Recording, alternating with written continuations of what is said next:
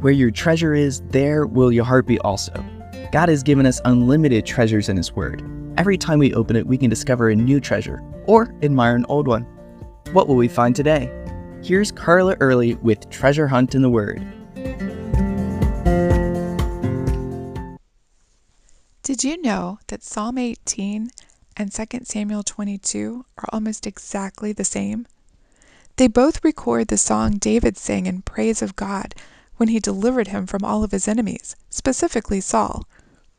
David may have sung it many times throughout his life, in gratitude as he observed how the Lord had rescued him miraculously, time and again.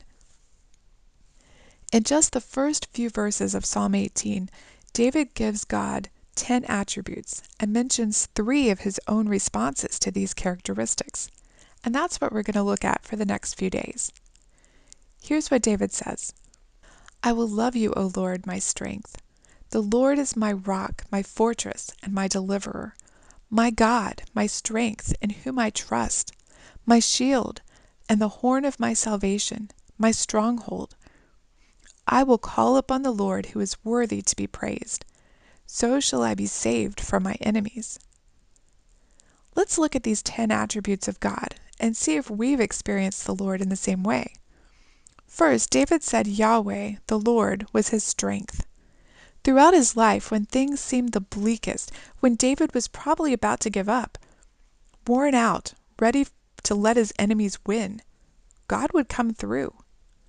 The Lord's strength, not David's, sank that rock into Goliath's forehead.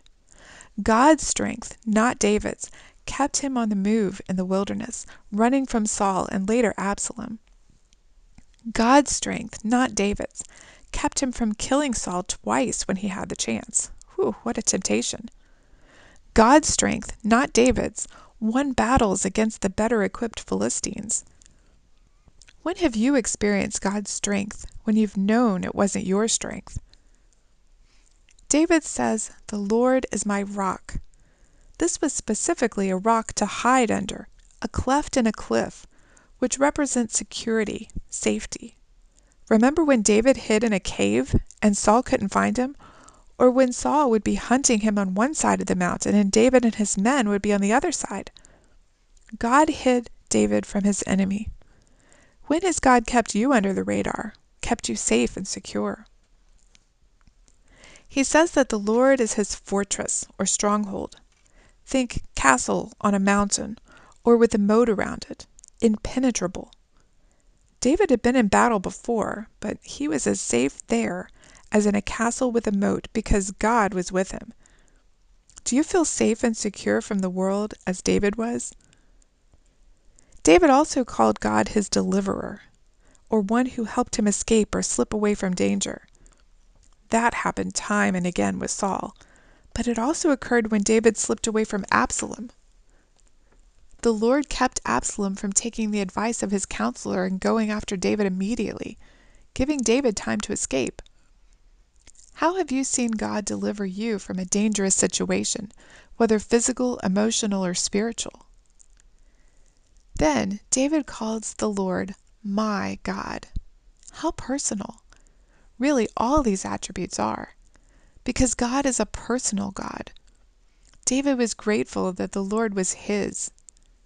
Is he your God? Do you have a personal one-on-one relationship with him?